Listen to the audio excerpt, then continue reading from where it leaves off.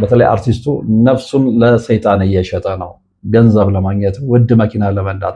ኢትዮጵያ የሙዚቃ ኢንዱስትሪ ውስጥ እየገባ ነው። ይሄ ሰይጣናዊ አምልኮ፣ ይሄ ሰይጣናዊ አካሄድ፣ በድምፅ ውስጥ የሚቀበሩ መልእክቶችን፣ ይሄ ደግሞ ፈንጂ ነው፣ ይዞ ነው የሚጠፋ።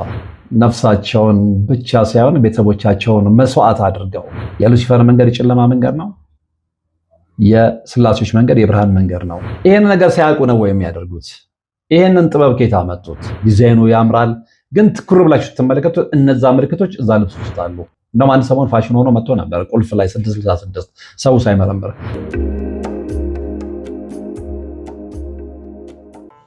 የአጋዕዝተ ቅድስት ሥላሴን 17 ዓመት በሙሉ በጭራሮ ግድግዳ መቆም መስማት ለተዋህዶ ልጆች ልብ የሚሰብር ትልቅ ሐዘን ነውና እጃችሁን ዘርጉ ባልነው መሠረት አላሳፈራችሁንም። ፈጣን ምላሻችሁ የቅድስት ሥላሴን ቤት እንድንሠራ ያሰብነውን እንድንፈጽም ኃይልና ብርታት ሆኖን ይኸው መሠረቱን ጀምረናል። የረዳችሁንን ሁሉ እያመሰገን አትርሱን ያሉ አባቶችን ምርቃት አስቀድመን ጅምሩ ከፍጻሜ እንዲደርስ አሁንም አብራችሁን ሆኑ ስንል እንማጸናለን። አብረን እንደጀመርነው አብረን እንጨርሰዋለን። ድጋፋችሁ አይለየን። በድጋሚ በአባቶች ስም እናመሰግናለን። የአጋዕዝተ ቅድስት ሥላሴ ቤተ ክርስቲያን አሰሪ ኮሚቴ።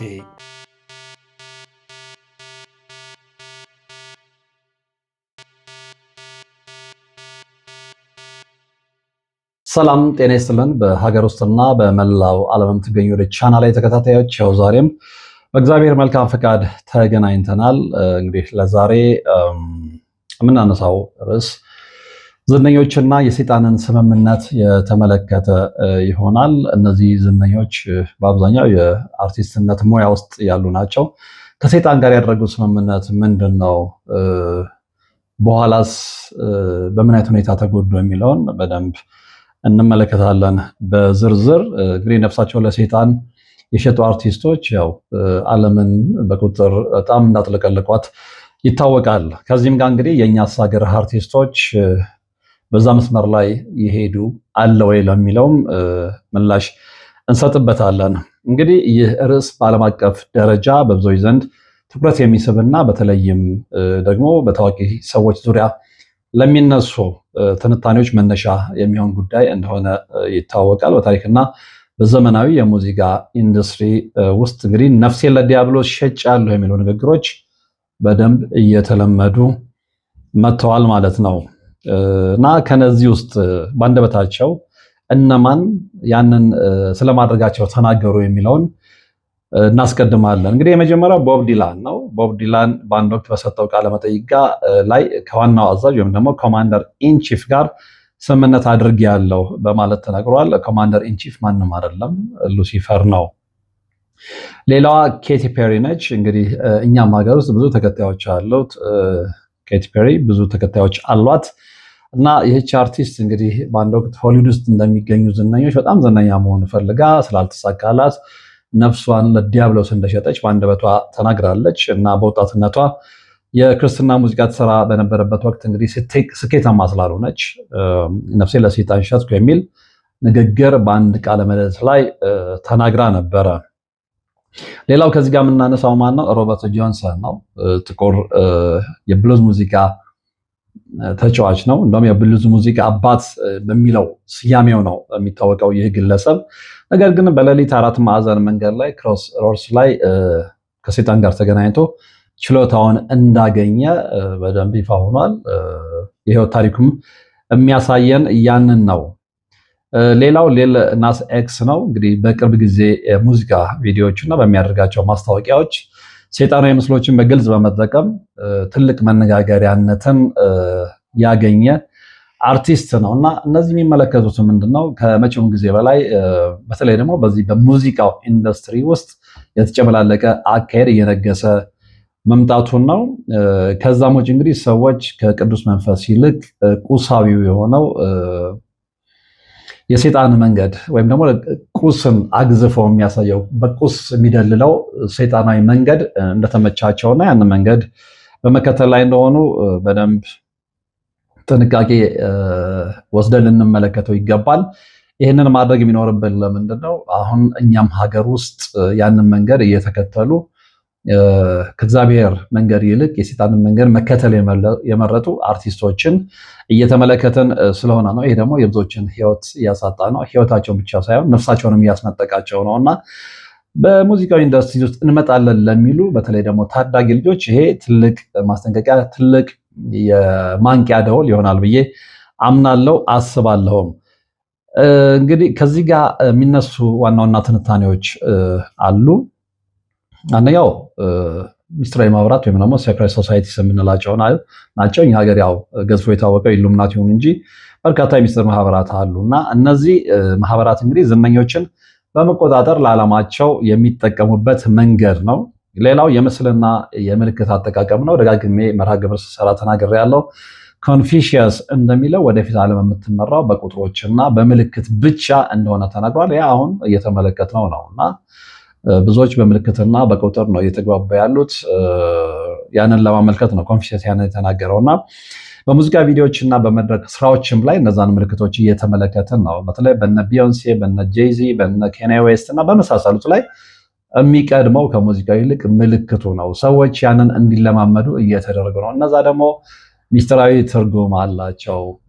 ሚስጥራዊ ትርጉሙን ግን ሌላው ዝም ብሎ መንጋው እድምተኛ ተረድቶታል ወይ? መረዳት ብቻ አይደለም፣ በህይወት ላይ የሚያመጣውን ለውጥ የሚያመጣውን ተጽዕኖስ አውቆታል ወይ የሚለው ማወቅ ይጠቅማል። ይሄ ለሀገራችን የሙዚቃ አድማጮች ትልቅ መልእክት ነው። እንግዲህ የሙዚቃ ቪዲዮዎችና መድረክ ስራዎች ላይ የሚታዩት አይን ፒራሚድ ወይም ደግሞ የፍየል ምስሎች አሉ። እነዛ ትርጉም አላቸው፣ እንመጣባቸዋለን። ሌላው እንግዲህ የሙዚቃ ኢንዱስትሪ ግፊት ነው። አርቲስቶች ለዝናና ለገንዘብ ለእውቅና ሲሉ ማንነታቸውን እንደሚቀይሩና የጨለማውን ዓለም ፍልስፍና እንደሚያራምዱ ይታወቃል እና እነዚህን ነገሮች ማወቅ ካልተቻለ በተለይ ለሚመጡት የኛ ሀገር ታዳጊ አርቲስቶች ትልቅ አደጋ ነው። እንግዲህ በዚህ ርዕሰ ጉዳይ ላይ በምንወያይበት ሰዓት ላይ ስማቸው ገዝፎ የሚሰማ ዓለም አቀፍ አርቲስቶች እንዳሉ ይታወቃሉ። ነፍሳቸውን ብቻ ሳይሆን ቤተሰቦቻቸውን መስዋዕት አድርገው የራሳቸውን ቤተሰቦች መስዋዕት አድርገው ለገንዘብና ለዝና ሲሉ የቅሌት መዝገብ ላይ የሰፈሩ የተመዘገቡ አርቲስቶች አሉ። እነማን ናቸው? እንግዲህ መጀመሪያ ላይ የምናገኘው ካንያ ዌስትን ነው። እንግዲህ ይህ አርቲስት በሙዚቃ ስራዎችም ሆነ በቃለ መጠይቆቹ ላይ ራሱን ከከፍተኛ ኃይሎች ጋር በማያያዝ ነው የሚታወቀው። እንግዲህ በአንድ ወቅት በመድረክ ላይ በሰጠው አስተያየት ነፍሴን ለሰይጣን እንደሸጥኩ አውቃለሁ፣ ያ የመጣው ከገንዘብ ጋር ነው በማለት የተናገረው ንግግር በደጋፊዎቹ ዘንድ ትልቅ ድንጋጤን ፈጥሮ እንደነበረ የምናስታውሰው ነው። ምንም እንኳን አሁን ላይ ወደ ክርስትና እምነት መመለሱን በአንደበቱ ቢገልጽም የድሮ ንግግሮቹ ግን አሁንም እንደ ማስረጃ ይጠቀሳሉ። በነገራችን ላይ ሪሊ ትክክለኛው ካንያ ዌስት አለ ወይ ክሎንድ ተደርጎ እንደሆነ የአሁኑ ካንያ ዌስት በርካታ ሚዲያዎች ሲዘግቡ ሰምተናል። እሱም ግምት መግባት ስላለበት ነው። ሁለተኛው አርቲስት ስኑፕ ዶግ ነው። ይህም እኛም ሀገር በርካታ አድናቂዎችና በርካታ የሙዚቃ አድማጮች አሉ። ስለዚህ ስኑፕ ዶግ ለኢትዮጵያን ሙዚቃ አድማጮች በተለይ ደግሞ ዌስተርን ሙዚቃ ለሚሰሙ የአሜሪካ ሙዚቃ ለሚሰሙ አዲስ አይደለም እና ይህ ታዋቂ የራፕ ሙዚቃ ተጫዋች እንግዲህ መርደር ወዝ ዘ ኬዝ በተሰኘው ዘፈኑ ላይ ከሰይጣን ጋር ስምምነት ስለማድረግና ነፍሱን ስለመስጠት በዝርዝር ይተርካል እና ይሄ ተረት አይደለም። በትክክል ሰዎች ነፍሳቸውን በተለይ አርቲስቱ ነፍሱን ለሰይጣን እየሸጠ ነው። ገንዘብ ለማግኘት፣ ውድ መኪና ለመንዳት፣ ህንፃ ለመስራት፣ ቼን ትልልቅ ውሻ ማሰሪያ የሚያካክል ሰንሰለት ወርቅ አንገቱ ላይ ለማድረግ። ስለዚህ ነፍሳችንን የሰጠነውን ዋጋ እያያችሁት ነው። ነፍሳችንን በጣም አሳንሳናታል። ነገር ግን ትኩረታችን ሁሉ ቁስ ላይ ነው። ዓለምን ሁሉ ቢገዛ ነፍሱን ካላተረፈ ምን ይጠቅመዋል የሚል መልእክት መጽሐፍ ቅዱስ ላይ አለ። ስለዚህ ዓለምን ሁሉ ብናተርፍ ነፍሳችንን ካላተረፍን ዓለምን ሁሉ ብንገዛ የኛ ቢሆን ምንድነው ጥቅሙ?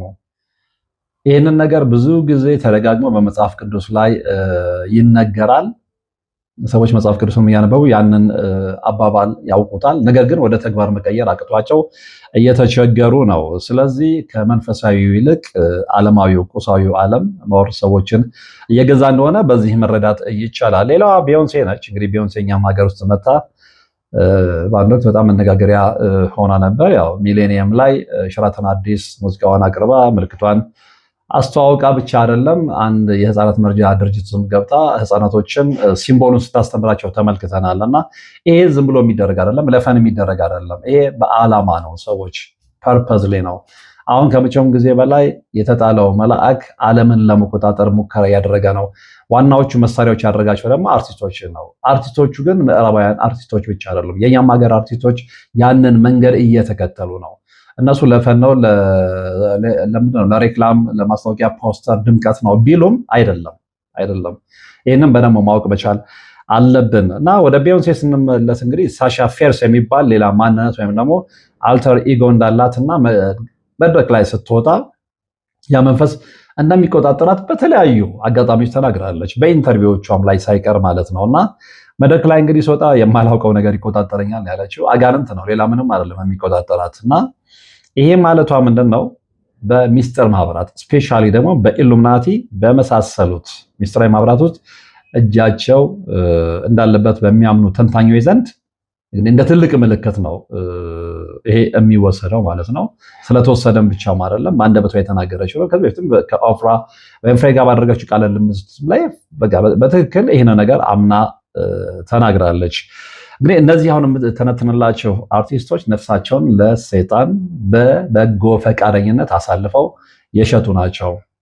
የነሱን የምነግራችሁ የኛ ሀገር አርቲስቶች በስህተት ወደዛ መንገድ እየሄዱ ስለሆነ ያለውን አደጋ ማሳየት ግድ ነው። ከዛ ላይ ምርጫ የራሱ ነው። ነፃ ፍላጎቱን ወይም ደግሞ ይሄ ጉድዊሉን ተጠቅሞ በፈለገው መንገድ መሄድ ይችላል። ግን የምታውቁትን ነገር ከነገራችሁት በኋላ እሳትና ውሃውን አነጻጽሮ መምረጥ ያለበት አርቲስቱ ነው። እና በነፃ ፍላጎት ሰው የፈለገውን ነገር መምረጥ ይችላል። ነገር ግን አደጋውን አጉልቶ ማሳየቱ ደግሞ ወሳኝነት ይኖረዋል። እና ያንን ካየ በኋላ እንደፈለገው መወሰን ይችላል። ሌላው ጄይዚ ነው። እንግዲህ ከቢዮንሴ ጋር ትዳር የመሰረተው ጄይዚ በሙዚቃዎች ውስጥ ሬንሜን፣ በነገራችን ላይ ሬንሜንን ጄይዚ ብቻ አይደለም እጅግ በርካታ አርቲስቶች ስለ ሬንሜን ዘፍነዋል። ሬንሜን ምንድን ነው? ራሱ ሉሲፈር ነው። ሬንሜን ግን ልክ እንደ ዝናብ ገንዘብ ያዘንብልናል፣ ዝናን ያዘንብልናል፣ ዝናን ያጎናጽፈናል ብለው የሚያምኑት በዘፈናቸው የሚያንቆለጳጵሱት በዘፈናቸው ከፍከፍ የሚያደርጉት ስውር መንፈስ ነው። ሌላ ማንም ሳይሆን ሉሲፈር ነው። እጅግ በርካታ አርቲስቶች ሬንሜንን በተመለከተ ዘፍነዋል። እና ዝም ብላችሁ ጎግል ላይ ገብታችሁ ሬንሜን በሉና ተመልከቱ። የሀገር አርቲስቶችና የሚደረድርላቸው እነዚህ ሰዎች ለምንድን ነው በአንድ ቃል ላይ ሬንሜን ብለው መስፈን የፈለጉት? ስኖፕ ዶግም፣ ጄይዝም፣ ሌላውም እነ ሊል ዋይንም ሁሉም ስለ ሬንሜን ሲዘፍኑ በዓላማ ነው። ሬንሜን ማን ነው የሚለውን ሰርች ማድረግ ትችላላችሁ። ሉሲፈር ነው የሚያመልኩበት፣ የሚያንቆለጳጵሱት ገንዘብን እንደ ዝናብ ያዘንብልናል ብለው የሚያምኑት ማለት ነው። እና እንግዲህ በሚል ስም ይሄን ሬንሜን በሚል ስም የሚጠራውን አካል በማመስገንና በቪዲዮዎቹ ስለ ጄይዚ ነው እያወራን ያለ ነው ላይ ሚስጥራዊ ምልክቶችን እንደ ፒራሚድ ምልክት ያለው በመጠቀም ይታወቃል። እንዲሁም ደግሞ ኢምፓየር ስቴት ኦፍ ማይንድ በተሰኘው ዘፈኑ ላይ እንግዲህ ነፍሴን ለሰይጣን እንደሸጥኩ ይናገራሉ፣ ቢያንስ ግን ደረሰኝ ይዣለሁ ነው ያለው። ደረሰኙ ምንድን ነው? የምን ማረጋገጫ ነው? ይሄን ፈትሻችሁ መድረስ ትችላላችሁ። እና እነዚህ ሰዎች እንግዲህ ነፍሳቸውን አሳልፈው ከሸጡ በኋላ ዓለም ላይ ሲታዩ ሀብታሞች ናቸው። የግል አውሮፕላን፣ የግል ጀት ይኖራቸዋል ምናምን። ውስጣቸው ግን ሰላም የለም። ሰላምም ስለሌለው ነው ብዙ ጊዜ የውጭ ሀገር አርቲስቶች ስፔሻሊ ደግሞ ብላክ ራፐርስ፣ ሂፕሆፕ ተጫዋቾች ድራጊስትም የሆኑት ሰላም ስለሚያጡ ያጡትን ሰላም ፍለጋ የሚሞላላቸው ስለሚመስላቸው፣ ነገር ግን ድራግ ያጣችሁትን ሰላም እንዳታገኙት ያባብሰዋል እንጂ ሰላምን አያመጣላችሁም። ምክንያቱም እነሱ እየሰሩ ያሉት ከሌላ ኃይል ጋር ስለሆነ ማለት ነው። በቀጣይነት የምንመለከተው እንግዲህ ኤሚነም ነው። ኤሚነም ሴይ ጉድባይ ሃሊውድ በተሰኘው ዘፈኑ ላይ ነፍሴን ለሰይጣን ሸጫለሁ ዳግመኛ አላገኛትም የሚል ግጥም አለው። እዚህ ዘፈን ላይ እንግዲህ በአንደበቱ ያመነው ነው። ዳግመኛ ሊያገኛትም አይችልም። አንድ ነፍስም ከሸጠ በኋላ ንስሐ ካልገባ ወደ እግዚአብሔር ካልተመለሰ በምንም ታምር ሊያገኝ አይችልም። ይህንን በአንደበቱ አምነዋል። እንዲሁም ደግሞ ስሊም ሻዲ የሚለው ማንነቱ በክፉ መንፈስ የተያዘ እንደሆነ በተለያዩ ዘፈኖች ላይ ፍንጭ ይሰጣል እና እነዚህ ሰዎች በዓላማ ነው የሚዘፍኑትን ብላችሁ ያለ ምክንያት አይደለም። እና ለምንድን ነው እነዚህ አርቲስቶች እንዲህ የሚሉት የሚለውን ነገር ስንመረምር 3 መሰረታዊ ነጥቦችን እናገኛለን እና እንግዲህ በዚህ ዙሪያ የሚነሱ ጥናቶች ምክንያቶቹንም በ3 መሰረታዊ ነጥቦች ነው የሚከፋፍሏቸው። አንደኛው የሚስጥር ማህበራት ተጽዕኖ ነው። ይሄ ተደጋግሞም ተነግሯል። እንግዲህ አርቲስቶቹ ወደ ከፍተኛ ዝና ለመውጣት በሚስጥራዊ ማህበራት ወይም ደግሞ ሴክሬት ሶሳይቲስ በኩል መስዋዕትነት እንዲከፍሉ ይገደዳሉ ነው። ሌላው የንግድ ስልት ነው። ይሄ ብራንዲንግ የምንለውና የጨለመው ዓለም እንግዲህ ታሪኮች የሰዎችን የማወቅ ጉጉት ስለሚቀሰቅሱ አልበሞቻቸው በስፋት እንዲሸጡ ለማድረግ የሚጠቀሙበት መንገድ ነው ይባላል ነው። እኔ አሁን በዛ መስማማት ይከብደኛል እና ይሄ የንግድ ስልት አይደለ። ህይወትን እያስያዙ የንግድ ስልት ብራንዲንግ በግሌ አይታየኝም እና ምናልባት ይሄንን ለሽፋን የሚጠቀሙበት ሊሆን ይችላል። ግን ትልቁ ተጽዕኖ በመጀመሪያው ተራ ቁጥር ላይ እንዳየነው በሚስጥር በማህበራት በኩል የሚከፍሉት መስዋዕትነት ነው የበለጠ ሚዛን የሚደፋው። ሶስተኛውም የስነ ልቦና ጫና ነው። እሱም ቢሆን ያን ያህል እኔ በግሌ አያሳምነኝም። ረጅም ዓመት በዚህ ጉዳይ ላይ እንደሰራ ሰው ለእኔ አሳማኝ ስላልሆኑ ዘላችኋለሁ። ትልቁ ትኩረት ምንድን ነው? ነፍሳቸውን ለሰይጣን ሸጠው መጨረሻ ላይ ግን እጣ ፈንታቸው ውድቀት እንደሆነ ማሳየት፣ ያንን ነው እኔ ማጉላት የምፈልገው። ይሄ የሚሆነው ለምንድን ነው? አንደኛ እዚህም ሀገር ሆኖ የእነሱ ሙዚቃ ለሚሰማው ሰው ማስጠንቀቂያ እንዲሆን፣ ሁለተኛ ደግሞ በሙዚቃው ኢንዱስትሪ ውስጥ ማለፍ ለሚፈልጉ ገና እየመጡ ላሉ ታዳጊ ልጆችም የማስጠንቀቂያ ደውል ስለሆነ ነው። እንግዲህ በእነሱ ዘፈኖች ላይ የሚታዩ ዋና ዋና ምልክቶችና ትርጉሞቻቸው ምንድን ናቸው የሚለውን ስንመረምር የምናገኘው እውነት ምንድን ነው? ለምሳሌ አንደኛው ብዙ ሰዎች የሚያውቁት ፒራሚዱ ላይ የምትመለከቱት ዋን አይድ የመጀመሪያው ጫፍ ላይ የምትመለከቱት አይን ማለት ነው። እነሱ ኦል ሲንግ አይ ይሉታል። ሁሉንም የምታይ አይን፣ የሚያይ አይን ማለት ነው። እና እንግዲህ ይህ በጣም የታወቀ የኢሉሚናቲ ምልክት ነው።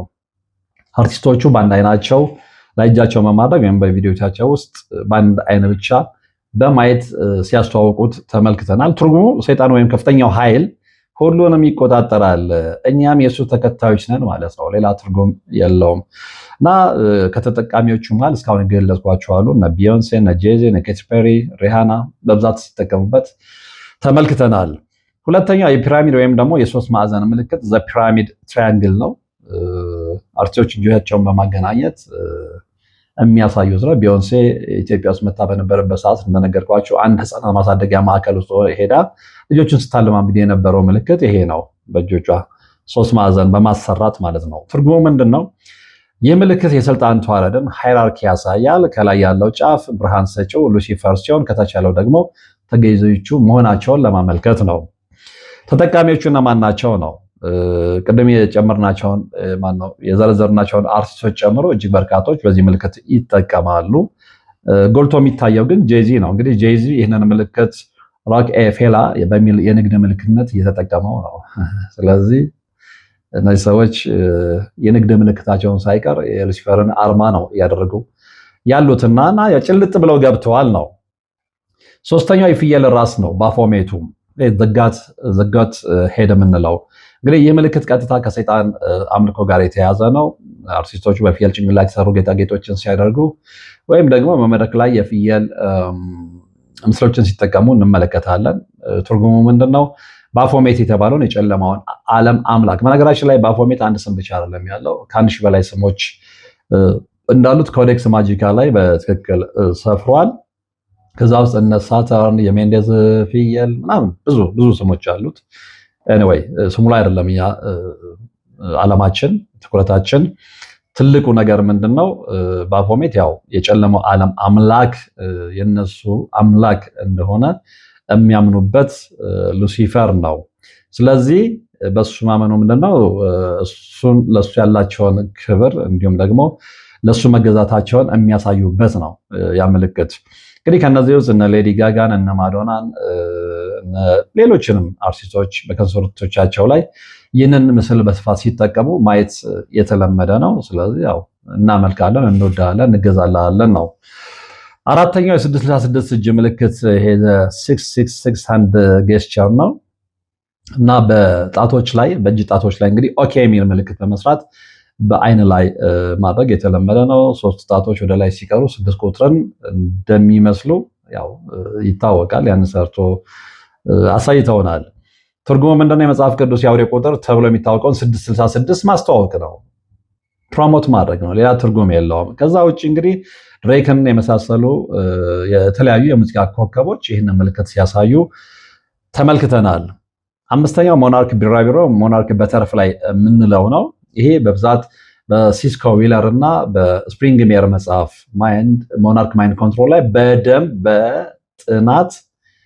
በደንብ ተሰርቶበታል በዝርዝር። በጣም ትልቅ ቮሊዩም ያለው መጽሐፍ ነው። ምናልባት ውጭ ሀገር ያላችሁ ሰዎች ይህን መጽሐፍ ብታነቡት፣ ለምታውቋቸው ሰዎች ብትልኩ፣ ሰዎችን በዚህ መጽሐፍ አማካኝነት ብታነቁ፣ ዓለማችን ላይ ምን አይነት ሴራ እየሰራ እንደሆነ ብትናገሩ የብዙ ሰው ህይወት ታድናላችሁ እና እኔ በጣም ከማነባቸው ለእኔ ፌቨራይት ከሆኑ መጽሐፎች መካከል አንደኛው ስለሆነ ይህንን የምነግራቸው ሞናርክ ማይንድ ኮንትሮል በስፕሪንግ ሜር እና በሲስኮ ዊለር። ሲስኮ ዊለር በነገራችን ላይ ሰለባ የነበረች ነው፣ የማይንድ ኮንትሮል ሰለባ የነበረች ነው። ስለ ማይንድ ኮንትሮል ሌላ ጊዜ ሰፊ የሆነ መርሃ ግብር እሰራላችኋለሁ እና አንደኛው ሞናርክ ቢራቢሮ ወይም ደግሞ ሞናርክ በተርፍ ላይ የምንለው ነው። እንግዲህ ይህ ምልክት በአርቲስቱ ዙሪያ ወይም በሰውነቱ ላይ በብዛት የምንመለከተው ነው። ትርጉሙ ማይንድ ኮንትሮል ወይም አእምሮን መቆጣጠር ያሳያል። አርቲስቱ የራሱ ነፃነት እንደሌለውና ልብ አድርጉ በሌላ ኃይል እንደሚመራ የምንመለከትበት የምንረዳበት ነው። ስለዚህ የሚመራው ኃይል ማነው ነው? እስካሁን የምነጋገርበት የሉሲፈር ኃይል ነው። አምኖ የተቀበለው አምኖ እገዛልሃል ያለው ማለት ነው። እንግዲህ አርቲስቶች ለምንድን ነው እነዚህ ምልክቶች የሚጠቀሙት የሚለውን ስንመለከት ደግሞ አንደኛው ታማኝነትን ለማሳየት ነው። ለገቡበት ሚስጥራዊ ማህበር ወይም ለሚያመልኩት እነሱ አምላካችን ነው የብርሃን አምላካችን ነው ብለው ለሚያመልኩት ሉሲፈር ያላቸውን ታማኝነት የሚገልጹበት ነው። ሁለተኛው ተጽዕኖ ለማሳደር ነው። እነዚህን ምልክቶች በደጋፊዎቻቸው አእምሮ ውስጥ ሳያውቁት እንዲቀሩ በማድረግ ለሰይጣን ታማኝነታቸውን ወይም ሌሎች ሰዎችን በመጎተት የእሱ ተከታዮች እንዲሆኑ ለማድረግ የሚጠቀሙበት ስልት ነው። ሌላው የመግባቢያ ቋንቋ ነው። እርስ በርስ መልእክት መለዋወጥ የሚጠቀሙበት የሚስጥር ቋንቋ ነው። ይህንን በደንብ መረዳት መቻል አለብን። ሌላው እንግዲህ በተለይ እኛም ሀገር አሁን በውጭው ዓለም ላይ ይሄን ያለ የምንነጋገር ከሆነ እኛስ ሀገር በኢትዮጵያ የኪነ ጥበብ ኢንዱስትሪ ውስጥም ይሄ ነገር እንዴት ይታያል የሚለውን ስንመረምር የምናገኘው እውነት ምንድን ነው? እንግዲህ ከቅርብ ዓመታት ወዲህ እነዚህ ምልክቶች በኢትዮጵያ የኪነ ጥበብ ኢንዱስትሪ በኢትዮጵያ ሙዚቃ ውስጥ በሙዚቃ ቪዲዮዎች ውስጥ በፎቶግራፎች እና በኮንሰርቶች ላይ በስፋት መታየት ጀምረዋል። ይሄ ስለሚያሳስበኝ ነው ይህንን መርሃ ግብር ለመስራት ዛሬ የተነሳሳሁት ማለት ነው። እንድትረዱልኝ የምፈልገው ይሄ ከቅርብ ጊዜ ወዲህ በኢትዮጵያ የሙዚቃ ኢንዱስትሪ ላይ ደግመዋለው በሙዚቃ ቪዲዮዎች፣ በፎቶግራፎች እና በኮንሰርቶች ላይ በስፋት ማየት ተጀምሯል። ስለዚህ የመንቂያ ጊዜው አሁን ነው። ይሄ ትክክል አይደለም። በተለይ ከዚህ ጋር ያልተነካካችሁ የሙዚቃውን ኢንዱስትሪ ውስጥ መቀላቀል የምትፈልጉ ልጆች በጣም መጠንቀቅ መቻል አለባችሁ። ነፍሳችሁን ለዴቭል አሳልፋችሁ እንዳትሰጡ ነው እንደዚህ አይነት መርሃ ግብሮችን መስራት ያስፈልገውና ስፔሻሊ እየመጣችሁ ላላችሁ ለእናንተ ነው በዋናነት። እንግዲህ ብዙዎች ይህንን የምዕራባውያንን ፋሽን መከተል ብለው ነው የሚፈርጁት። እኔ በዛ ብቻ እንዲታለፍ አልፈልግም። ዝም ብሎ ፋሽን መከተል ብቻ አይደለም እና ጥልቅ የሆነ የባህልና የሃይማኖት ተጽዕኖ ማሳረፊያ መንገድ እንደሆነ ሊታወቅ ይገባል። ይህንን ነው እንደውም አንደርላይን ማድረግ ያለብን። እንግዲህ በተለይ በኢትዮጵያ ዝነኞች ላይ የሚታዩ ዋና ዋና ምልክቶችና ትንታኔዎች ምንድን ናቸው የሚለውን ስንመረምር ደግሞ አንደኛው የአንድ አይነ ምልክት ዘዋን አይ ነው። ቅድም አይተነዋል። እንግዲህ በአልበም ሽፋን፣ አልበም ከቨርና በሶሻል ሚዲያ ፎቶዎች ላይ አንድ አይነን መሸፈን ወይም ደግሞ በአንድ አይነ ብቻ ማየት በኢትዮጵያም ውስጥ በብዛት እየተስተዋለ ነው። ኢትዮጵያዊ ሁኔታውን ስንመለከት እንግዲህ ብዙ ወጣት ድምፃውያን ልብ አድርጉ ሞዴሎችና ይህንን ምልክት ለእይታ ውበት ኤስቴቲክስ ነው እነሱ የሚሉት ኔቨር አይደለም ብለው እንደሚጠቀሙበት እነሱ ይናገሩ እንጂ ከዓለም አቀፍ የኢሉሚናቲው ምልክት ጋር በቀጥታ የተያያዘ ነው። ስለዚህ እነሱ መንገድ መከተል ነው፣ የሰይጣን መንገድ የሉሲፈር አምልኮን መከተል ነው። ስለዚህ ቴክ ኬር ለማለት ነው። ልብ ያለው ልብ እንዲል ጆሮ ያለው እንዲሰማ ማለት ነው። የሚሰማ ካለና አንድም ሰው የኝ ሁለት ሰው ይሄንን እውነት እናገራለሁ። ኢትዮጵያ የሙዚቃ ኢንዱስትሪ ውስጥ እየገባ ነው። ይሄ ሰይጣናዊ አምልኮ፣ ይሄ ሰይጣናዊ አካሄድ። ስለዚህ ልንጠነቀቅ ይገባል። እንግዲህ ትርጉሙ ምንድነው? ሁሉንም ተመልካች አይን አርሲንጋይ ለመወከልና ለዚህ ኃይል ታማኝነትን ለመግለጽ የሚደረግ ምልክት ነው። ይሄንን ነው እንግዲህ ኢትዮጵያ አርቲስቶችም እያሳዩ ነው ያሉት ማለት ነው። ሁለተኛ የሶስት ማዕዘን ፒራሚድ ምልክት ነው። በሙዚቃ ቪዲዮዎች ውስጥ እንግዲህ ዳንሰኞች ወይም ደግሞ አርቲስቶቹ ራሳቸው እጃቸውን በማገናኘት የሶስት ማዕዘን ቅርጽ ሲሰሩ ተመልክተናል። እንደዚህ አይነት አርቲስቶች እነማን ናቸው? ራሳቸው ፈትሹና ድረሱበት። ግን አለ በኢትዮጵያ ሙዚቃ ውስጥ የተገለጹ በብዛት አሉ። እንግዲህ ይህ ምልክት በኢትዮጵያ ኦርቶዶክሳዊ ባህል ውስጥ ካለው እነሱ ሲያጭበረብሩ ማለት ነው ስላሴ ጋር ለማመሳሰል ይሞክራሉ። እንደዚህ አይነት ማስረጃ ስለተመለከትኩ ነው።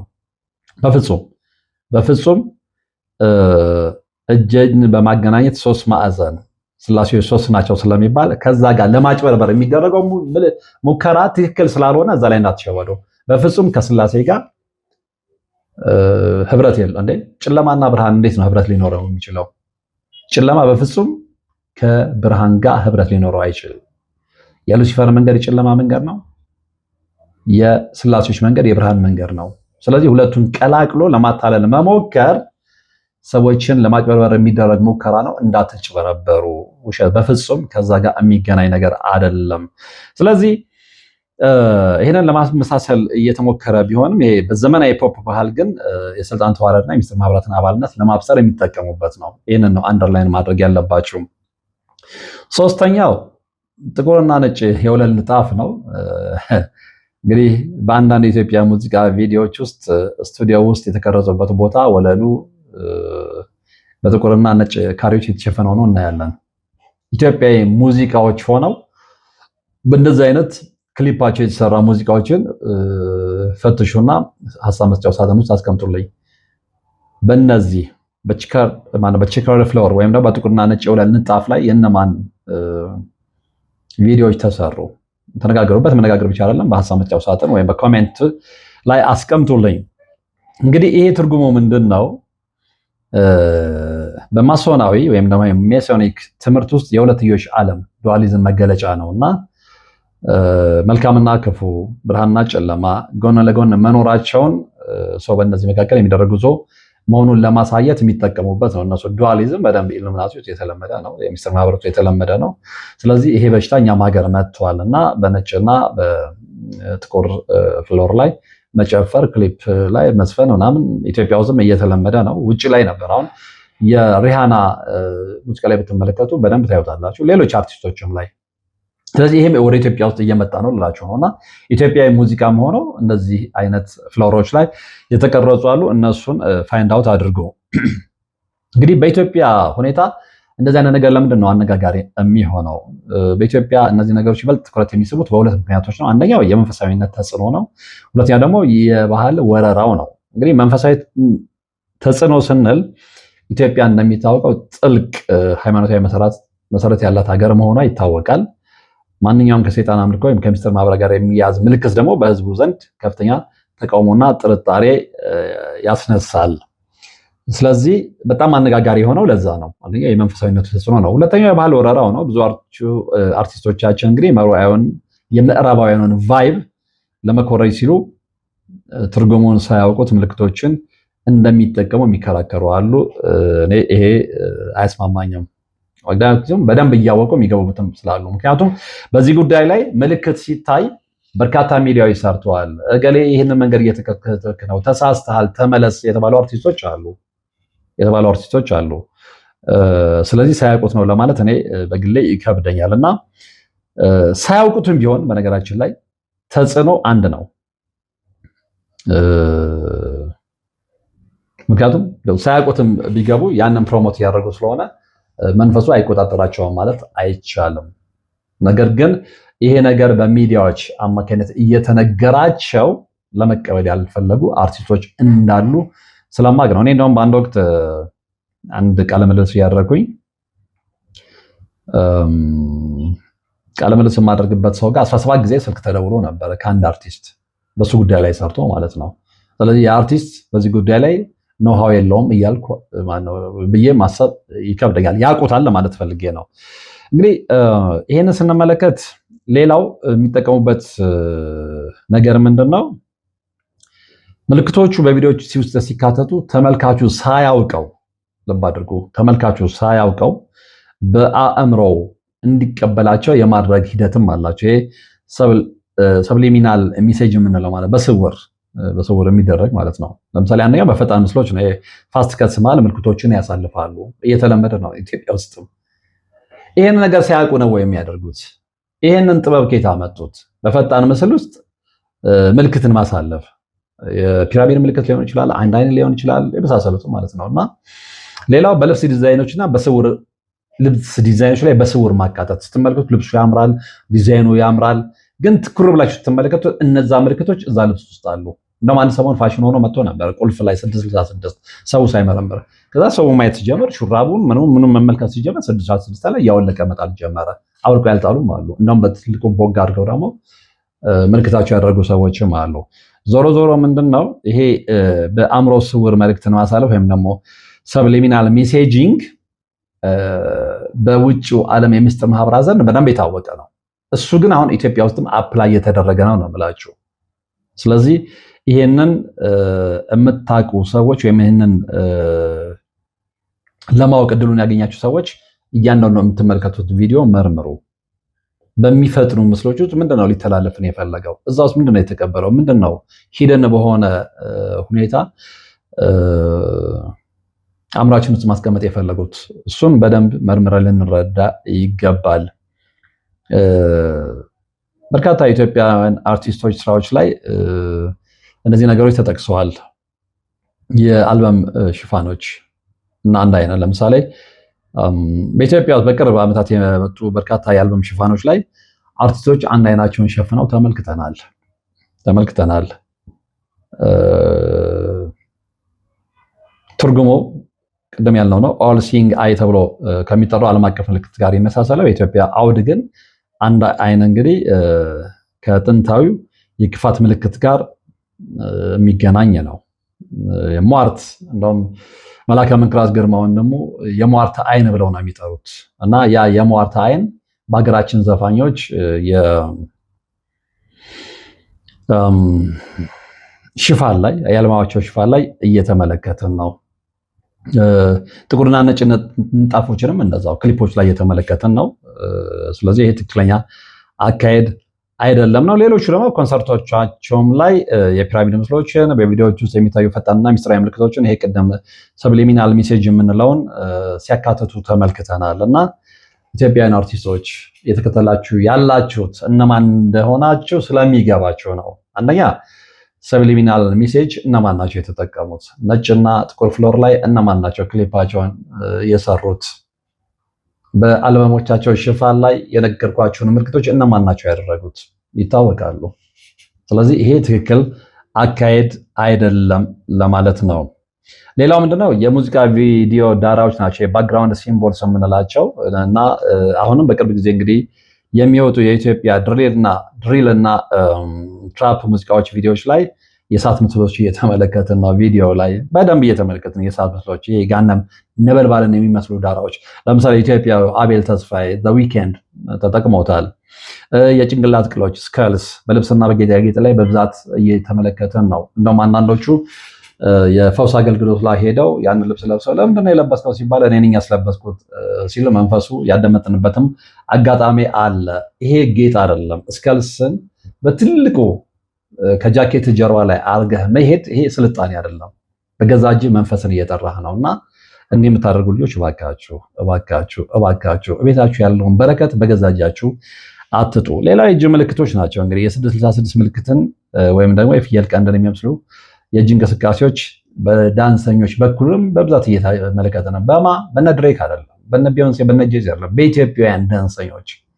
ስለዚህ በደንብ መንፈሱ ኢትዮጵያ ውስጥ ሰተት ብሎ ገብቷል እና የኢትዮጵያ አርቲስቶች እንግዲህ እንደነ ካይና ዌስት እንደነ ትራቪስ ስኮት ወይም ደግሞ እነ ጄዚ ያሉትን አርቲስቶችን በብዛት ስለሚከታተሉ እነሱ የሚጠቀሙትን ቫይብ ሳያጣሩ ሲገለብጡት እናያለን። አንዳንዶቹ ደግሞ በዓላማም ሲያደርጉት እንመለከታለን።